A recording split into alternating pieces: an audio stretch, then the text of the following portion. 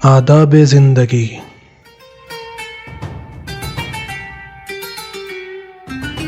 آداب خانہ داری،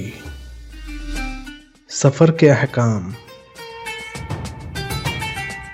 لباس کے آداب اور بھی دیگر آداب جاننے کے لیے دیکھیے تہذیب الاسلام۔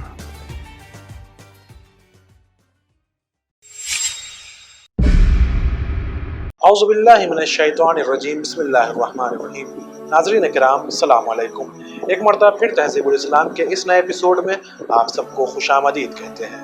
پچھلے ایپیسوڈ میں ہم نے مسلمانوں سے ملاقات اور عیادت کرنے کے بارے میں جانا تھا۔ اسی گفتگو کو آگے بڑھاتے ہوئے آج مزید معلومات حاصل کریں گے۔ معتبر حدیث میں حضرت امام جعفر صادق علیہ السلام سے منقول ہے کہ جو شخص کسی بیمار مسلمان کی عیادت کو جائے، اگر صبح کے وقت گیا ہے تو شام تک، اور اگر شام کے وقت گیا ہے تو صبح تک 70,000 فرشتے اس پر درود بھیجیں گے۔ دوسری حدیث میں فرمایا کہ جو شخص کسی بیمار کی عیادت کے لیے جاتا ہے، 70,000 فرشتے اس کے ساتھ ہو جاتے ہیں کہ جب تک وہ اپنے گھر پلٹ کر نہیں آتا اس کے لیے طلب مغفرت کرتے رہتے ہیں۔ حضرت امام باقر علیہ السلام سے منقول ہے کہ جو شخص کسی مومن کی عیادت کے لیے جاتا ہے، رحمت الہی اس کے شامل حال ہو جاتی ہے، اور جب اس کے پاس جا کر بیٹھتا ہے رحمت الہی اس کا احاطہ کر لیتی ہے، اور جب وہ وہاں سے واپس آتا ہے تو خدا تعالی 70,000 فرشتے مقرر فرما دیتا ہے کہ دوسرے دن اسی وقت تک اس پر درود بھیجیں، اس کے لیے طلب مغفرت کریں، اور یہ کہتے رہیں کہ خوشا حال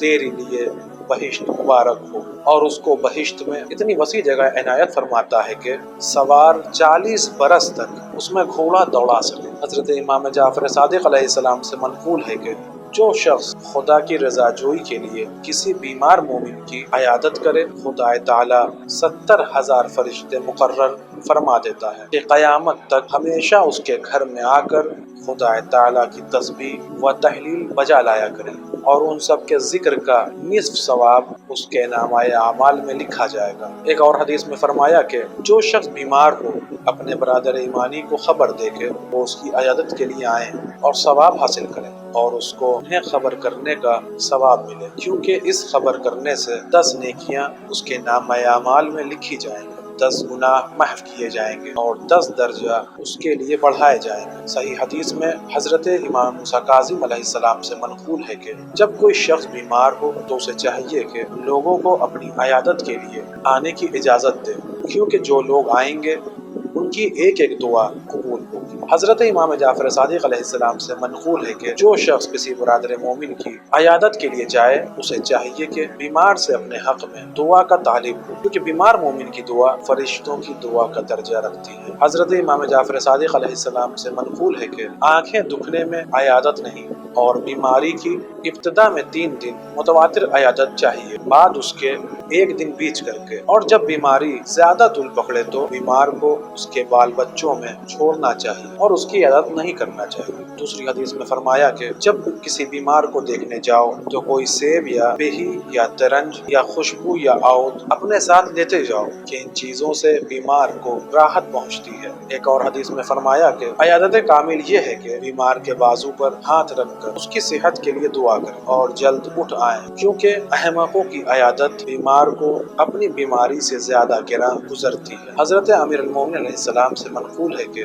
عیادت کرنے والوں میں اس شخص کا ثواب ہے جو جلدی اٹھ آئے، سوائے اس صورت کے بیمار خود اس کا بیٹھنا پسند کرے اور اس سے بیٹھے رہنے کی درخواست کرے۔ اور یہاں سے 7واں لیسن اس چیپٹر کا شروع ہوتا ہے۔ مومنوں کو کھانا کھلانا، پانی پلانا، کپڑے پہنانا، ان کی ہر قسم کی امداد کرنا اور مظلوموں کی حمایت کرنا۔ حضرت امام جعفر صادق علیہ السلام سے منقول ہے کہ جو شخص ایک مومن کو پیٹ بھر کر کھانا کھلائے بہشت اس کے لیے واجب ہو جاتا ہے، اور جو شخص کافر کا پیٹ بھرے خدا پر لازم ہے کہ اس کے پیٹ کو زقوم جہنم سے بھرے۔ دوسری حدیث میں فرمایا کہ جو شخص 3 مسلمانوں کو پیٹ بھر کر کھانا کھلائے خدا تعالیٰ اسے 3 بہشتوں سے کھانا دے گا، جنت الفردوس، جنت عدن اور جنت طوبہ سے۔ ایک اور حدیث میں فرمایا کہ جو شخص ایک مومن کو پیٹ بھر کر کھانا کھلائے تو سوائے خدا کے کوئی مخلوق خدا میں سے اس کے ثواب